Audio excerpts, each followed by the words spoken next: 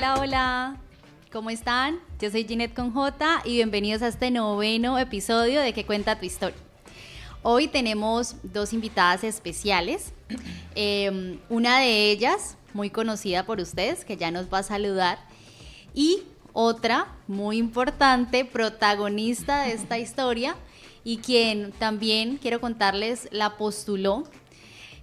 Como ustedes saben, nosotros tenemos esa oportunidad para que cada uno de ustedes pueda animarse a contar la historia en este programa. Y en esta oportunidad tenemos a Liliana Jaimes. Ella ya nos va a saludar. Hola Lili, ¿cómo estás? Bienvenida. Hola Ginette con J, ¿cómo estás tú?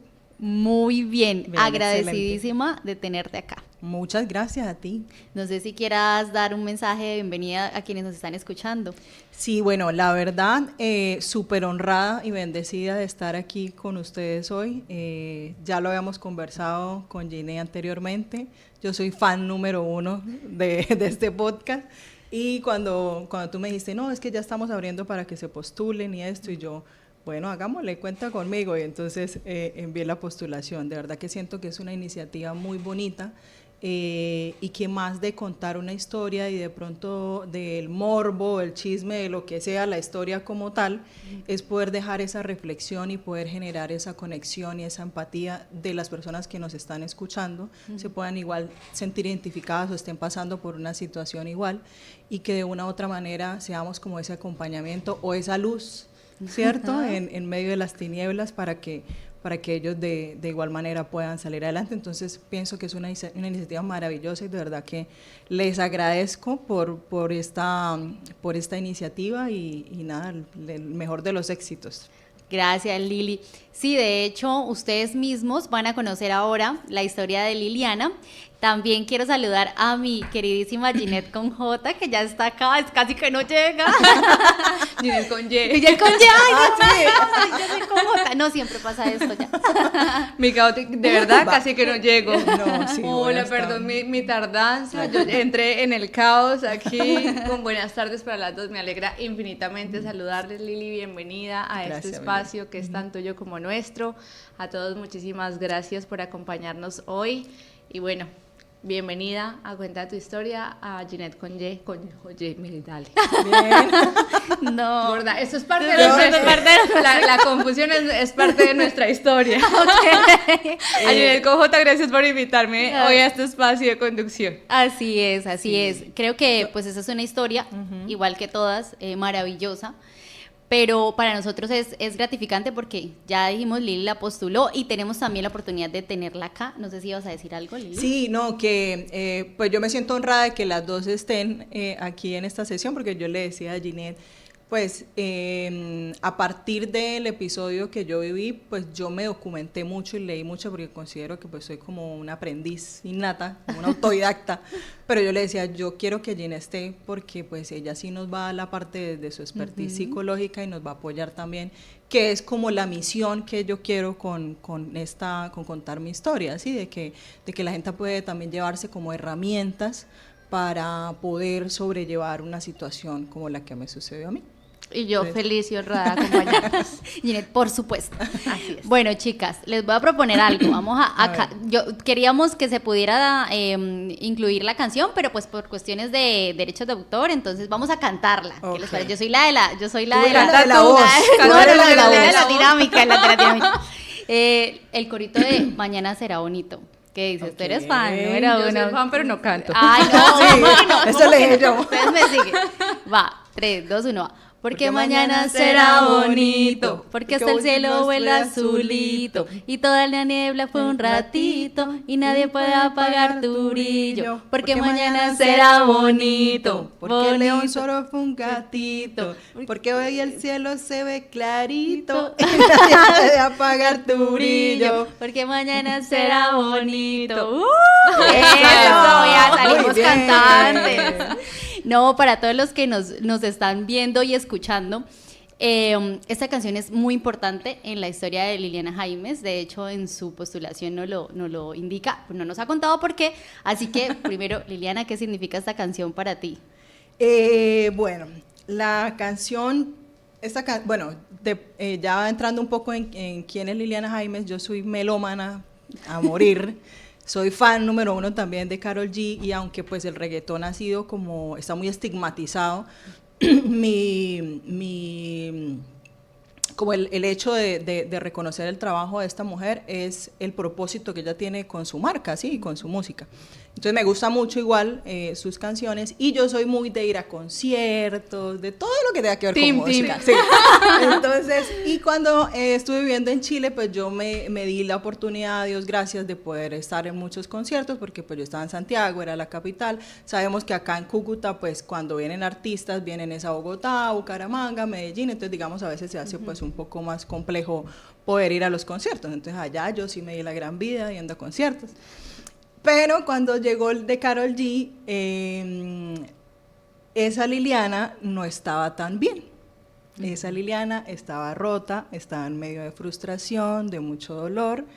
Y cuando salió el álbum de Mañana Será Bonito, bueno, sobre todo esa canción la tengo como muy en la mente. Ahorita estábamos conversando de otras canciones, que es Mientras me cura el cora. Ajá. Exacto, sí. Son dos canciones que, o sea, a mí quedaron tatuadas en mi mente y en mi corazón, que en su momento yo no entendía el mensaje, ¿no? Porque cuando uno está como en esa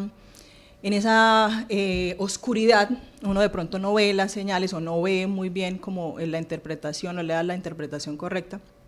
Pero un episodio fue que mi pareja en ese entonces, él sabía que a mí me gustaba mucho Karol G, que el concierto y eso, y él en medio también pues de su acompañamiento y de su empatía y de querer que yo estuviera mejor, pues él me decía, vamos al concierto, no sé qué, amor, mira, escucha el coro de esta canción, y pues yo lo escuchaba y yo, o sea, yo no quería saber de nada, sí, o sea, a mí como que no conectabas con nada. Me entraba por acá, sí, no conectaba con nada. Y resulta que, o sea, mucho después del proceso de sanación y demás, yo entendí que esa canción era una promesa. Y él me decía eso, él me decía, escúchalo como una promesa de que vamos a salir de esto. Y yo no entendía. Y también le conversé en conversaciones previas esto, que yo siento una conexión muy importante con Dios, ¿sí? Independientemente de la religión que cada uno profese, que igual pues no quiero entrar como en ese tema, pero yo siempre he sentido que Dios ha actuado en mi vida de maneras extraordinarias y a través de personas maravillosas. Y yo después entendí que el que me estaba hablando no era mi pareja, sino era Dios diciéndome, oye, ¿de verdad te vas a dejar achicopalar por esto? O sea, yo te tengo preparado algo mejor y mañana va a ser bonito. Uh-huh. Y ese mañana no era literal, no era como que yo mañana ya había superado todo y me iba a parar, no. Pero sí era el reconocer que el dolor no es para siempre, y que del dolor debemos tener aprendizajes y que todo es un proceso. Entonces digamos que esa canción fue el puente entre la Liliana rota con la Liliana de ahora. Entonces digamos que ese es el significado. Un puente. Sí. Gracias, Lili. Bueno, evidentemente, y ese es el nombre que le damos a este episodio, Mañana sí fue bonito. Uh-huh. Sabemos que Lili nos va a hablar de ese proceso. Pero Lili, para entender cómo fue esta transición y todo este proceso, repitiendo, ¿cómo era la vida de Lili antes de que perdieras todo, como tú misma lo dices? Bueno,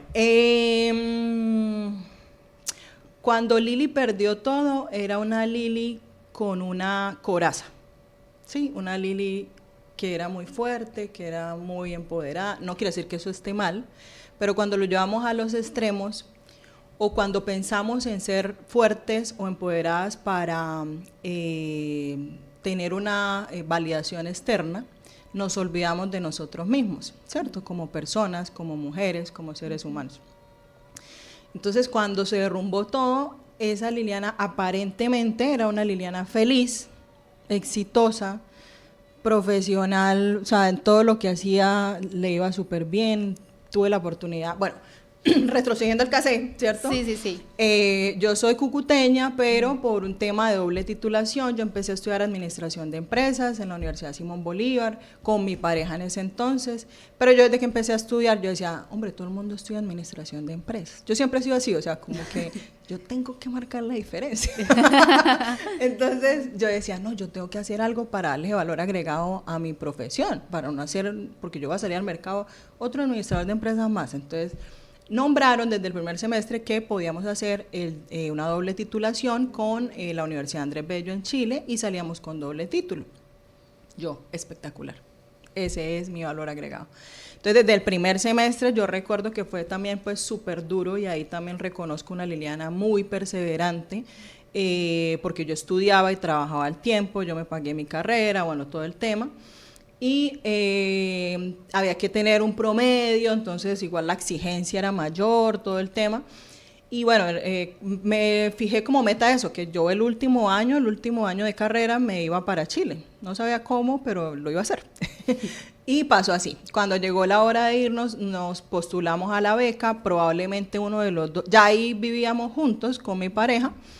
Y entonces él me decía como que no, pues esperemos a ver, si solo te sale la beca a ti, pues nosotros teníamos unos ahorros, yo cubro mi beca y la idea es que viajemos juntos. Yo, bueno, bien, o sea, como que todo lo teníamos aparentemente cuadrado. El caso es que, bueno, nos sale lo de irnos a Chile, nosotros ya estábamos estabilizados, ya teníamos un apartamento, carro, trabajos estables y dejamos todo por el sueño chileno. Vendimos todo, bueno, el apartamento sí lo arrendamos y nos fuimos para Chile. Lo que era un año se convirtió en 6. Entonces, también entiendo, o en el proceso como de reorganizar la historia, que también hace parte del proceso de sanación, entiendo que cuando uno viaja a otro país se enfrenta a una cultura diferente. Es muy diferente cuando tú viajas por vacaciones a países más desarrollados que Colombia, pues Chile no es mucho, pero sí nos lleva unas ventajas muy grandes.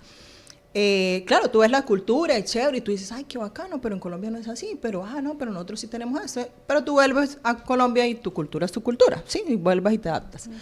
Pero cuando tú ya vives tanto tiempo en un país, y en un país que yo considero que a mí me abrió la mente en muchos sentidos, o sea, es un país que, o sea, es un open mind, pero impresionante, a todo nivel, o sea, a nivel profesional, a nivel personal, todo. Cuando pasa eso, uno tiene que tener los principios y los valores y el propósito o la meta muy claro, ¿cierto? Porque si no, pueden haber fallas, puede que tambalees, y ahí es donde vienen pues las decisiones que no son tan buenas, ¿cierto? Que también hace parte pues de entender pues todo lo que pasó. Nosotros nos fuimos para Chile, nos radicamos en Chile, y ahora yo te he dicho, ¿no? Yo soy muy dispersa, entonces Sí, no, ahí vamos bien, ahí vamos bien. Nos fuimos para allá y ponle como bueno, eso fue el último año, obviamente. Mi pareja, o la relación con mi pareja, fue una relación de 13 años, ¿sí? Nosotros ya vivíamos acá, nos fuimos a vivir como a los 5 años de haber de novios, ¿sí? Pero cuando nosotros nos fuimos a vivir, yo siempre he sido como muy centrada en colocar mis límites, ¿sí? O de poner, yo siento que una relación, ya sea laboral, ya sea sentimental, debe tener como unas negociaciones, ¿sí? Como unos comunes acuerdos. Entonces, cuando ya nosotros nos fuimos a vivir, estando acá, colocamos como unos no negociables. Yo ni siquiera los puse como acuerdos, porque acuerdos pueden tener sus variaciones en el proceso. Yo los puse como no negociables. ¿Por qué? Porque yo ya identificándome en qué era lo que yo quería con esa relación, también pues lo que él quería con esa relación, que de pronto yo estaba dispuesta a ceder, que de pronto él estaba dispuesto a ceder o a negociar, pusimos como esos no negociables, y pues los no negociables era, o la condición era que pues si se fallaban uno de los no negociables, pues era algo que ya no tenía reversa, ¿sí? O sea, que como que ya no, pues ya la relación no va para ningún lado. Tuvimos muy buena comunicación siempre. Él es un hombre muy bueno. Yo le decía a Jenny que mis amigas y mis amigos me dicen, Liana, usted es una de las pocas mujeres que habla bien del ex. Pero yo no tengo no tengo por qué. O sea, sí, obvio, él tomó sus decisiones, decisiones que quizás pues llevaron a muchas consecuencias, pero yo no tengo por qué mentir de lo que yo viví con él y de lo que yo considero que él es como persona, como hombre, fue muy buen esposo. O sea, sí, yo no tengo como por qué mentir en eso. Y porque también decidí pues quedarme con lo bonito. Entonces, a partir de esos no negociables, dentro de la relación nosotros siempre fuimos una pareja 10, digo yo, ¿no? Entonces, claro, yo llegué a Chile, todo era maravilloso, nos pudimos estabilizar económicamente, ya teníamos una estabilidad económica, ya obviamente después de muchos altibajos, porque todo migrante pasa por cosas muy difíciles, pero yo siento que eso igual ayudó a que afianzara más la relación, también era una prueba a la relación, ¿cierto? Porque pues nosotros igual acá pues no estábamos tan bien, pero ya estábamos establecidos, entonces llegar... No, estaban de cero. Claro, pero allá ya empezar otra vez como a reconstruir, a mirar dónde íbamos a vivir, bueno, todo el tema. Pero siento que igual eso como que nos fortaleció más. Y resulta que en esa dinámica pasa un acontecimiento, se rompe uno de los no negociables y es el sentir, ¿no? Como el que tú tienes tanto tiempo con una persona que tú ya aprendes como a algo, o sea, ni siquiera algo está pasando porque como esa Liliana era tan enfocada a la validación externa, ¿sí? Porque yo siempre he sido, yo soy la menor de 3 hermanas, pero siempre he sido como la loquita, o sea, como que la que saca la cara por todo, la que hay que hacer esto, bueno, entonces yo lo hago, entonces sí, entonces como que yo siempre me echaba muchas cargas encima. Y siempre he sido como la que puedo con todo, la que yo no necesito ayuda porque yo puedo sola, ¿sí? O sea, entonces eso recarga muchísimo. Total. Pero tú dices, no, eso me empodera más, eso, yo soy más porque, claro, yo puedo hacer, yo puedo no sé qué, pero llega un punto en que tú ya, ¿sí? Te agotas. Y ojo, eso también impide que te nieble un poco la vista, ¿sí? O sea, que como que tú lo veas todo tan maravilloso, tan perfecto, entonces... o sea, yo pensaba que yo tenía la relación perfecta, yo pensaba, y la gente, la validación de las personas también lo decían, o sea, como que no, es que ustedes son maravillosos, es que no sé qué, es que no, que mucha gente también como que nos pedía consejos, pero es que ustedes tanto tiempo que llevan, ¿cómo lo hacen? No sé qué, y yo me desplegaba en prosa, o sea, como si, mejor dicho, todo fuera perfecto. Yo lo vivía así, ¿no? O sea, yo lo vivenciaba así. Liliana, perdón, ahí tú hablas de 6 años en Chile. ¿Cuánto tiempo llevaban con los de acá, los años que pasaron acá? En total fueron 13. 13 años. 12 de felicidad y 1 de caos. Wow. Sí. Entonces, bueno, hablemos de ese del caos, ¿cierto? Sí. Que fue como el que explotó todo en la Liliana antes y la Liliana ahora. A raíz de que se rompió ese no negociable, él llevaba ya como un tiempo en que no dormía bien, que con un malestar en la espalda, ahí aprendí también, bueno, eso ya también lo aprendí por cuestión propia, que el cuerpo nos habla, ¿cierto? Cuando las emociones pegan muy duro, el cuerpo nos habla. Y yo me acuerdo que una noche él se sentó en la cama, eran como las 2 de la mañana, se sentó en la cama y me dijo, no, tenemos que hablar. Y yo... A las 2 de la mañana. A las 2 de la mañana, yo... Casual. Claro, yo bueno, entonces yo esto ya no es bonito. Entonces,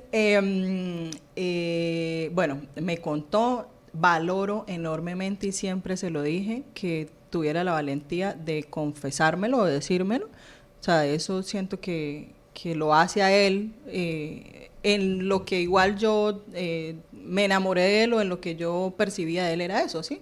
Como la sinceridad, la honestidad, el que él hablaba las cosas, no se las callaba, en fin, bueno, y teníamos muy buena comunicación. Pero yo recuerdo, y ahí también entra la parte de la fe, que en ese momento donde yo pude haber caído destruida, yo tuve una fortaleza que no, o sea, yo hasta ahorita yo digo, pero yo, ¿qué hice? O sea, ¿cómo fue? O sea, y yo lo único que le dije fue, bueno, ya sabes el resultado, es un no negociable que se quebrantó, yo me devuelvo para Colombia. Yo ahí, yo ya estaba, yo ya me había independizado, yo llevo como freelance ya 5 años y yo trabajo con marketing, entonces yo ya tenía unas marquitas, trabajaba con unas marcas en Chile, unas marcas acá en Colombia, tenía otra, estaba con un evento y trabajando también con unos emprendedores gracias a una conexión de una amiga en Uruguay, pero yo lo trabajaba así, o sea, remoto, el marketing pues igual tú lo puedes trabajar desde cualquier lado, entonces como que yo decía, bueno, pues yo me puedo ir para Colombia y seguir igual con mi trabajo normal, ¿sí? Pensaba en ese momento, ¿no? O sea, yo en ese momento él me contaba y yo iba como armando la película. Yo ni siquiera iba armando la película. Pero mi decisión ya estaba, o sea, yo decía, no, o sea, pues yo ya desde que pusimos los no negociables, yo sabía que eso no tenía reversa, entonces yo digo... Decidida. Decidida, yo decía, y yo soy muy así, yo no soy de aguas tibias, yo soy o blanco o negro. Eso me ha costado lágrimas, pero también me ha costado felicidades, ¿sí? Entonces, o liberarme de cosas que de pronto lo atan a uno. Y pues no, obvio, entonces él decía como que no, yo sé que lo podemos superar, no sé qué, y uno desde el amor, ¿cierto? Como desde, porque igual, o sea, una cosa es lo que tú piensas, razonas, y otra cosa es lo que uno siente, o también entendí que era parte del apego. Total. Apego emocional. Porque si bien yo tenía como muy clara cuál era mi relación, qué era lo que queríamos como pareja, qué era lo que quería yo como persona, individual, profesional, pero cuando tú te vas a un país donde solo nos tenemos el uno al otro, pues sí o sí se genera más ese apego, ¿cierto?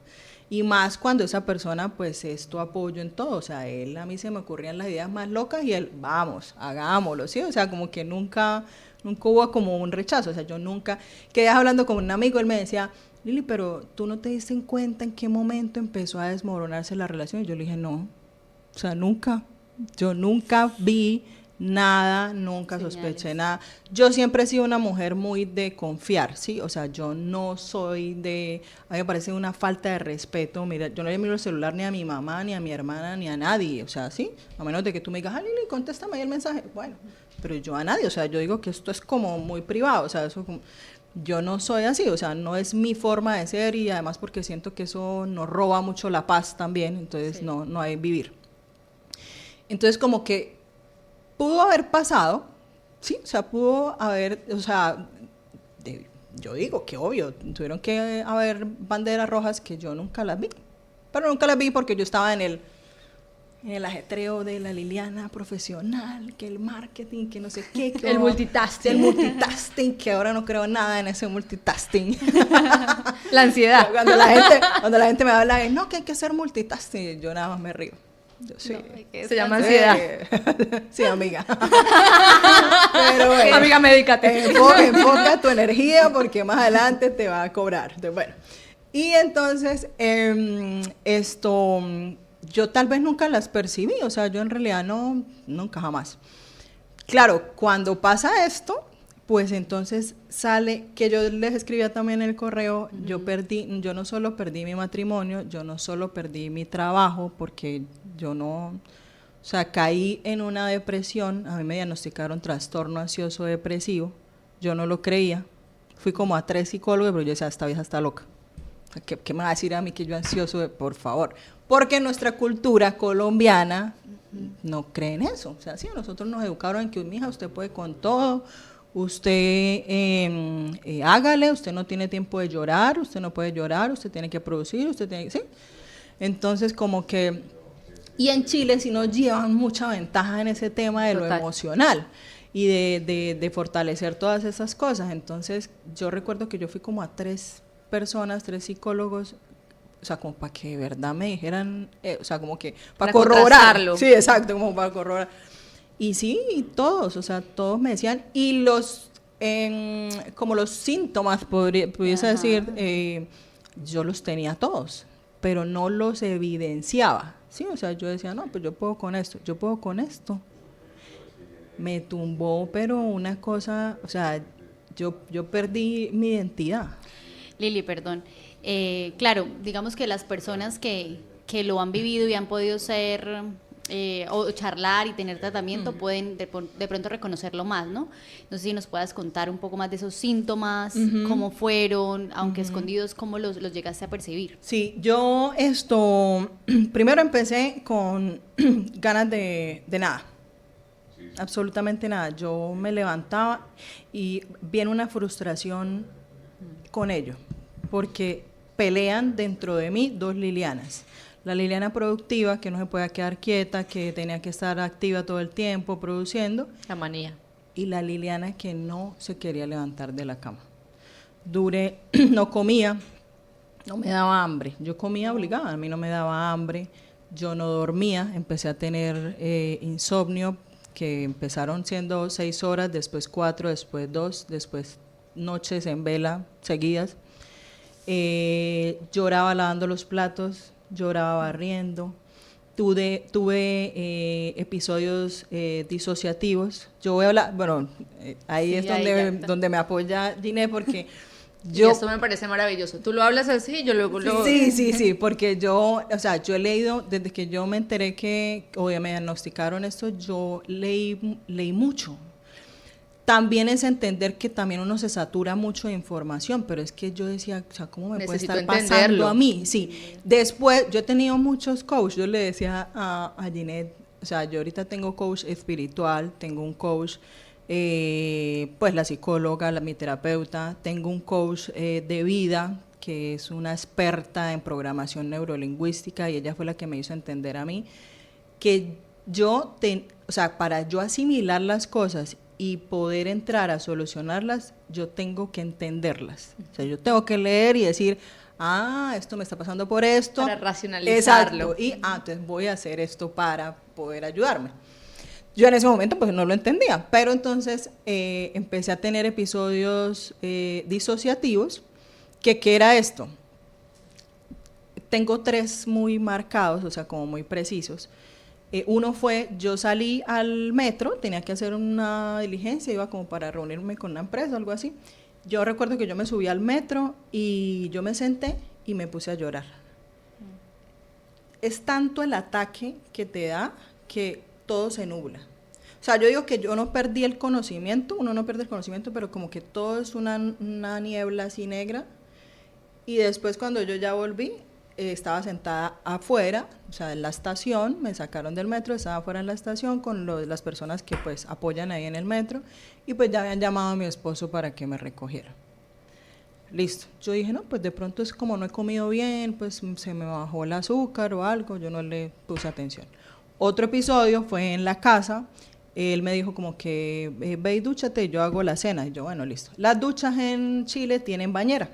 Entonces yo como que abrí la ducha, me puse a llorar, me acurruqué en la bañera y pues claro, él diría, pero ¿por qué no sale? Tal vez yo llevaba mucho tiempo ahí, pasó lo mismo, de tanto llorar, se me nubló todo y yo recuerdo que cuando ya salí, él me tenía en la cama y él estaba pues apoyado como en mis piernas. Entonces yo dije, ya, esto no es normal. Sí, o sea, ya algo está pasando, bueno, Entonces, leyendo de qué era lo que me pasaba, pues descubrí que hay una amígdala en nuestro cerebro que nos cuida o nos protege, es como de supervivencia ante episodios de estrés o de dolor muy fuertes y como que es como que si el cerebro se desconectara. Sí, o sea, como que ¡pling! Apaguemos porque incendio, algo está pasando, eso. Entonces así como más o menos, ¿no? O sea, no tengo las palabras técnicas, pero sí, pero lo que yo entendía era eso, ¿sí? Entonces, por ejemplo, que suele también pasar, que eso también lo leí en un libro que se llama Curando el corazón roto, si no estoy mal, que es de un doctor que él es oncólogo y él cuenta cómo el cerebro, él no entiende o él asimila el dolor de una fractura de un hueso con una pena amorosa, ¿sí? O con un dolor sentimental o emocional. Para el cerebro es el mismo dolor, ¿sí? O sea que por eso el corazón literal se rompe. O sea, ¿sí? No es que como que te vayas a desgarrar, sino que para él es que algo se está rompiendo en ti, ¿sí? Entonces, y te protege, tu cerebro mismo te protege ante ese dolor con esos episodios disociativos.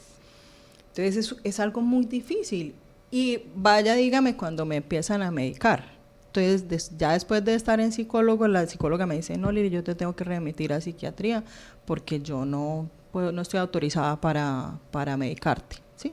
Y pues todo el tema del insomnio, pues me mandaron ansiolíticos, bueno, todo el tema. Entonces ya hay que medicarte. ¿Medicarte?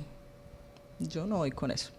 Y me medicaron y todo, yo no me voy a tomar las pastillas porque yo tenía la percepción de que si yo me medicaba iba a estar como todo el día dormida o que me iba a volver dependiente o todo el tema, ¿sí? Gracias. Otra cosa muy cultural nuestra, ¿no? Eso, exacto, todo es como esa resistencia, ¿no? Entonces, gracias a Dios di con un psiquiatra, un encanto, y él me explicaba que ahí es donde vuelvo otra vez con la fe, ¿sí? O sea, todo eso fueron ángeles para mí porque en un país donde ojo, esto es otra cosa, Mi familia nunca supo esto. Yo solita viví eso allá, bueno, solita no, con mi esposo en ese momento. Yo no puedo negar que él fue mi contención emocional allá y en el momento no se lo agradecí y ahora entiendo que quizás también le hice pasar a él malos ratos, no por mi condición sino porque yo actuaba desde el dolor, pero ahora entiendo que él con todo el dolor que también debía haber cargado, ¿cierto? Con la frustración, con todo esto, él se puso la armadura de decir, no, yo tengo que estar bien para que Lili esté bien, ¿sí? Y él fue mi contención en ese momento, cosa que se lo agradezco enormemente y de pronto si nunca se lo agradecí, probablemente que le llegue este podcast. Todo bien, gracias. Sí. Entonces, o que le cuenten, no me interesa. Esto es eso, sí, o sea, en el momento tú no lo reconoces o no lo validas porque tú estás desde el dolor y todo lo que... Además que incluso es muy difícil pedir ayuda, ¿no? También, entonces yo como que le decía, yo no quiero contarle a mi familia, a mi mamá, nada. Entonces solita. Creo que es lo más complicado de ese tipo de Sí, diagnósticos. ni siquiera mis amigas. Yo me acuerdo que yo llegué acá y una amiga de infancia, que bueno, ya eso es cuando pudimos hablar y eso me dijo, Lili, ¿usted por qué nunca me dijo nada? No. Y yo le decía, no estaba preparada, o sea, no. Y entonces, claro, inclusive yo me alejé de mi familia, o sea, yo hablaba muy seguido con mi mamá, hacíamos videollamadas, yo mientras de pronto cocinaba, porque pues yo trabajaba desde mi casa, tenía home office, entonces yo mientras cocinaba eso, pues yo hacía videollamadas con mi mamá, ya no podía, y las mamás, yo tengo una conexión muy fuerte con mi mamá, bueno, las mamás generan una conexión muy fuerte. Y yo me acuerdo que los días que yo no dormía o que eran más duros para mí, que pasaba una noche horrible llorando toda la noche, ella al otro día yo tenía la llamada a las 6 de la mañana. Mamita, es que me soñé con usted, que usted estaba enferma. ¿Qué tiene? Cuénteme, que no sé qué. Yo decía, pero mamá, ¿usted cómo sabe? Y yo peleando con mi esposo en ese momento, usted está llamando a mi mamá y le está contando. Y él, no, Lili, o sea, quedamos en que no le íbamos a decir, yo no le he dicho nada. ¿Y tú qué le decías a tu mamá? ¿Tú le contabas la verdad o le decías como que no, nunca. mami, todo bien? No, mami, no, yo estoy súper bien, no sé qué, Pero entonces ya dejé de hacer videollamadas porque, claro, yo vivía todo el tiempo hinchada, llorando, medio lo que hablaba con ella yo igual también me quebrantaba, entonces ya las llamadas se convirtieron fue en audios o en mensajes, duraba hasta 8 días, 15 días que yo no hablaba con ella, entonces ella llamaba a mi esposo y le decía como que, ven, Liliana no me ha llamado, está enferma, dígame la verdad, y él era el que me decía, Lili, al menos una llamada o eso, yo sé que es difícil, pero ellos se preocupan, ya están pensando cosas o eso. Entonces, todo eso, o sea, como que yo no quería recibir ayuda de nada y aparecieron estos ángeles, que es la psicóloga, que es el psiquiatra, y él me explicaba y él me hizo entender de que la medicación es como cuando tú eres hipertenso, por ejemplo. Entonces, claro, tu cerebro no está funcionando bien y necesita pues un apoyo, una ayuda para que él empiece otra vez a su funcionamiento normal. Entonces, claro, es así, él me decía, o sea, te vamos a poner la medicación más bajita para que tú empieces a adaptarte y eso, y ahí lo vamos viendo y te vamos monitoreando, y si tenemos que quitártela, si tenemos que subírtela, si la cambiamos o eso, o sea, eso vamos a estar muy pendientes de eso. Entonces como que, o sea, como que me dio mucha validación y entonces yo dije, bueno, está bien, lo voy a intentar. Pero no era, o sea, como que yo decía, no, por el mismo miedo, ¿sí? O sea, como que por la misma resistencia. Mira, hay algo que me pasó a mí, no sé si le pasa a muchas personas cuando están o cuando son diagnosticadas con algo, uno, por lo mismo de que uno cree que uno puede solo, entonces uno dice, no, esto se me va a pasar. Y hay un pasaje en la Biblia que dice, Dios no sanó a nadie sin antes preguntarle, ¿quieres ser sanado? A veces pienso que yo en ese momento no quería ser sanada. Entonces como que decía, pues ¿para qué me tomo las pastillas? Y sí, o sea, como que ya nada importaba, o sea, para mí ya nada importaba. Pero había una guerra interna entre la Liliana productiva, ¿de verdad usted se va a quedar ahí en la cama todo el día? Si tenemos que contestar correos, si tenemos la propuesta, si tiene que lavar, si tiene que, sí, hasta las cosas cotidianas. Y había otra Liliana que no daba, que no daba para pararse de la cama, que no dejaba de llorar. Qué difícil es ese versus, ¿no?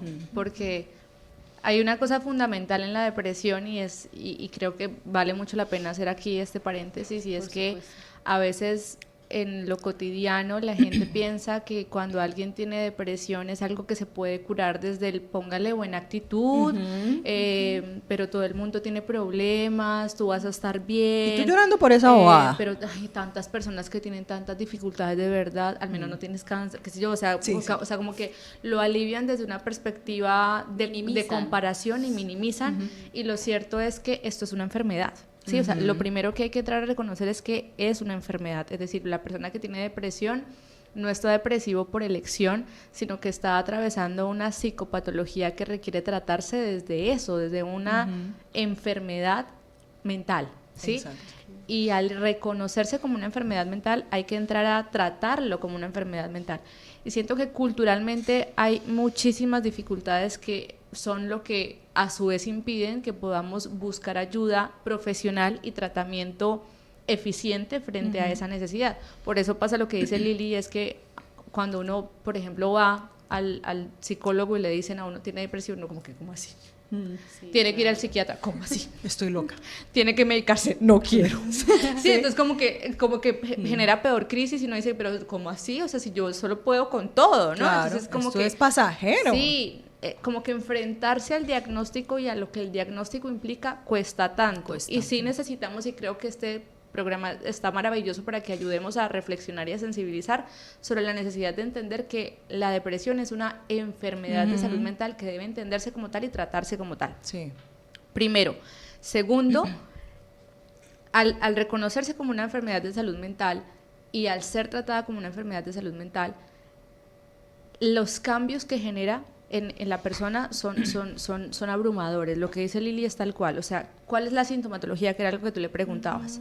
La persona pierde absoluto interés por lo que antes le apasionaba. ¿Sí? O sea, a ti, por ejemplo, y todo cuesta. Claro. Entonces, yo, por ejemplo, siempre lo describo con mis pacientes, con mis estudiantes, y es como si a ti el día a día, tú todo lo haces. ¿Sí? Tú te levantas, tú trabajas, tú vas, pero es como si tú tuvieras a alguien encima que tuvieras que cargar. Nadie lo ve, ni siquiera tú lo ves, pero tú estás cargando a alguien. Entonces tú te levantas como alguien, como con alguien encima. Y cada día es un peso mayor. Y todo te cuesta. Tú todo lo haces, pero te cuesta. Y te sientes triste, desesperadamente triste, y no encuentras razones y lloras por todo y pierdes el interés por todo. Y de pronto todo lo que tú hacías de más ya no lo quieres hacer. ¿Sí? Entonces de pronto te gustaba caminar, pero ya no quieres ir a caminar. ¿Te gustaba ir al gimnasio, por ejemplo, a ti? Ya no quiero ir al gimnasio. Sí, que esa es tu actividad, ya no me dan ganas. A mí me gustaba ir con mis amigas a tomar limonadita, sodita de tamarindo, ya no me provocan las sodas de tamarindo, ¿sí? Entonces todo lo que le daba vida a mi vida ya pierde interés. Entonces calcula vivir una vida en donde todo lo que me genera gracia pierde gracia. Sí. Calcula la vida así. Es muy berraco. Muy duro. Sí. Y enfrentar esa versión de Lili, donde tanta gracia se pierde gracia, y la otra versión es produce, haz, rinde, es durísimo, ¿no? Porque tenemos esta versión depresiva y otra versión ansiosa que te está diciendo la multitasking, ¿no? Que tampoco se había trabajado, que ahí te entiendo un montón, ¿sí? Porque también vengo de esa línea, ¿sí? Que también he estado trabajando, ¿sí? Que es la de puedes con todo, rinde con todo, sí puede, que nos enseñaron, venimos de esa cultura de crianza millennial, también. ¿sí? Que nos enseñaron y nos hicieron creer que podíamos con un montón de cosas, y al final creo que también hay que empezar a ponerle un poco de límite, porque hasta qué punto está bien creernos multitasking y que podemos con todo, y no entender que hay que ponerle un poco de límite y hacernos saber que el ocio también es importante en nuestra vida, ¿no? Sí. Entonces enfrentar eso es bien difícil. Sí. Yo me quedo con algo que dice Ginette, y es una reflexión también para las personas que nos escuchan, ¿no? Si tenemos alguna cardiopatía, creo que se llama, y estamos medicados frente a esto, pues nadie dice nada, ¿no? Y para todos es, pues sí, claro, es una enfermedad, pero es normal. Normal. Entonces sí sigue siendo, evidentemente, un tabú. Claro. Porque, Sí. claro, o sea, la gente dice, no, hoy en día ya se habla más y no sé qué, No, y incluso se tú exagera. dices, no, es que fui al médico y me diagnosticaron diabetes. Ah, no, pues sí, todo el mundo tiene Sí, diabetes. todo el mundo. Pero no, Eso. fui al médico y me diagnosticaron trastorno Exagerado. ansioso depresivo. Son nada. ¿Eso qué es? ¿Y usted? Pues, pero ¿qué es esa boba? Y ahí viene otra cosa importante. A nosotros tampoco nos enseñan a hacer contención emocional. Nada, o sea, nunca, no nos educan ni en las escuelas, ni en la universidad, ni en nuestras familias, o sea, cómo validar las emociones de una persona, bueno, en todo momento, pero más en ese estado, ¿sí? Claro. Entonces, yo por eso digo que yo reconozco mucho ahora reconozco mucho como esa misión de mi esposo en ese momento, porque incluso lo que tú decías, por ejemplo, a mí me gustaba ir al gimnasio, a mí me gustaba trotar, a mí me fascina la pizza. Entonces él, por ejemplo, él llegaba de trabajar, él sí tenía que ir a su oficina y él llegaba de trabajar, digamos, él salía a la mañana a las 7 de la mañana, llegaba a las 7 de la noche y encontrarme en la cama, en la misma posición donde él me había dejado, él de una vez llegaba, Lili, vámonos. Alístate, ponte los tenis, vamos a trotar un ratico al parque, vamos a dar una vueltica, vamos a comernos una pizza, no sé qué. Y yo, nada, a mí nada de eso me emocionaba, nada, absolutamente nada. Inicialmente, no sé si Ginette con Y recuerde que Lili nos decía que pues todo este proceso es muy duro, lo estamos escuchando en vivo de hecho, pero que ella también quería hablar de cómo había logrado volver a empezar a partir de esas pérdidas. Como ya no nos queda mucho tiempo, sí es importante Sí. que tú nos cuentes, y Ginette también tenía unas preguntas que me parecieron pues súper pues que guían esta conversación. Sí, bueno, el dilema, yo volví a Colombia porque, claro, en medio de ese año que yo digo que fue un año de caos, con todo lo del diagnóstico y demás, y pues también en la reconstrucción del matrimonio, empezamos a tener muchas dificultades, a discutir demasiado, obviamente lo que yo digo, perdí mi identidad porque dije, hice muchas cosas que ahora entiendo que lo dijo la Liliana herida, la Liliana con su tristeza, con su dolor y demás, pero y yo siempre que lloraba yo decía, yo quiero volver a mi casa, yo quiero volver a mi familia, y igual mi psicóloga ya me lo había dicho, o sea, me decía, el dolor es tan fuerte porque tú tienes un apego a esta persona, fue tu, perdí ahorita el nombre, pero como con tu contención emocional, Tu se red te de cayó, apoyo, sí, su red de apoyo, se ok. cayó, tú tienes que buscar otra red de apoyo y la más cercana es tu familia, porque pues tú acá, pues uno tiene amigos, conocidos y eso, pero pues no, pues No yo es igual igual. yo igual no le decía a nadie. Entonces yo igual ya había hablado con mi hermana y le había dicho que sí, que tenía lo del trastorno, pero que era por temas de trabajo, ¿sí? Entonces, bueno, entonces cada vez que discutíamos, yo me acuerdo que yo le gritaba que yo me quería volver y que yo me quería ir a mi casa y que yo quería ir a volver con mi familia, y él, no, lo vamos a superar, También ahí entra un tema duro porque yo ahora entiendo y yo puse como esa premisa de en una relación no puede existir el me quiero quedar cuando en realidad necesito irme. Wow. Wow, qué ¿Sí? duro, qué fuerte, ¿no? Sí. O sea, me quiero quedar porque yo todavía sentía que había amor, pero nos estábamos destruyendo. O sea, Necesito irme. sí, necesito irme. Entonces me acuerdo que una noche, como a las 3 de la mañana, ya de haber discutido, nos sentamos, él en una esquina del sofá, yo en la otra esquina, y yo le dije, ¿de verdad usted quiere seguir viviendo así? O sea, yo no soy feliz, yo no tengo paz, yo sé que tú tampoco la tienes, o sea, ¿de verdad queremos seguir haciéndonos daño? Yo le dije, y le decía yo, déjeme ir, le decía yo. Qué valiente, porque la que estabas nublada Ajá. eras tú. Ahí es donde yo digo, o sea, hay un Dios, yo creo en un Dios que habita en mí, y ese era el que me daba a mí las fortalezas en esos momentos, porque yo en esos momentos no quería nada, pero en esos momentos, o sea, como que Él me estaba rescatando, como que bueno. Total. Y sí, entonces ya ahí como que él, o sea, como que les resonaron también muchas palabras y él dijo, bueno, listo, va a ser un tiempo, nosotros ya habíamos coordinado que íbamos a viajar en diciembre, normalmente siempre veníamos en diciembre, y yo me vine en septiembre. Yo alisté mis maletas con todo el dolor del mundo, pero a mí había algo dentro de mí que me decía, usted no va a volver acá. Y yo le decía a Ginette, yo tengo un cosito de promesas de Dios que tienen como mensajes bíblicos y pues cuando oro eso, pues yo saco el mensaje. Y el mensaje, bueno, ahorita no recuerdo como cuál era el mensaje bíblico, pero me decía, yo tengo planes de abundancia, de éxito para ti, planes que ni tú te imaginas. Yo decía, no, ya, esta es la respuesta. Y empaque maletas. Empaque maletas, que cuando él llegó en la noche yo tenía 6 maletas listas. Solo 6. Y él me decía, pero amor, o sea, ¿pero por qué te vas a llevar tanto tiempo? Son 3 meses, no sé qué. Yo le decía, no, es lo que necesito, es lo que necesito. No, pero deja unas maletas y en diciembre si algo, pues entonces yo pago una maleta extra y te la llevo.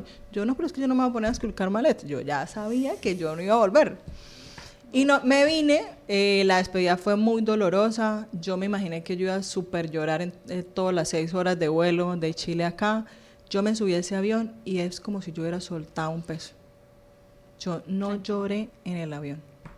Pero llegué a Cúcuta, vi a mi mamá, salí corriendo, no reclamé ni maletas ni nada, la abracé y me puse a llorar. Me destruí. Mis suegros fueron a recogerme, entonces como que fue el caos ahí, como que reveló todo, porque, pero espere, ¿qué está pasando? Ella se adelantó porque yo tenía la oportunidad de trabajar desde allá, entonces habíamos dicho eso, como que yo me adelanto, pero entonces ahí vino otro tema, bueno, en fin. Todo eso, cuando llegué yo acá, fue muy duro porque mi familia no sabía ni la situación, ni tampoco sabía el trastorno, la única que sabía era mi hermana, que mi hermana pues vive con mis papás. Me tocó sentarlos, contarles, y el que me dio a mí la fortaleza, tanto para divorciarme como para empezar a reconstruir esa Liliana, fue mi papá. Mi papá es un hombre muy seco, por decirlo así. O sea, su forma de expresar amor es muy diferente. O sea, de pronto por actos de servicios, pero él no es cariñoso, él sí. En cambio yo sí, yo lo molesto, yo lo abrazo, yo soy puro amor. Entonces, y él es muy también como muy, por ejemplo, él a mi cuarto no entra si la puerta está abierta, ¿sí? O sea, hasta que yo no le diga, papi, siga.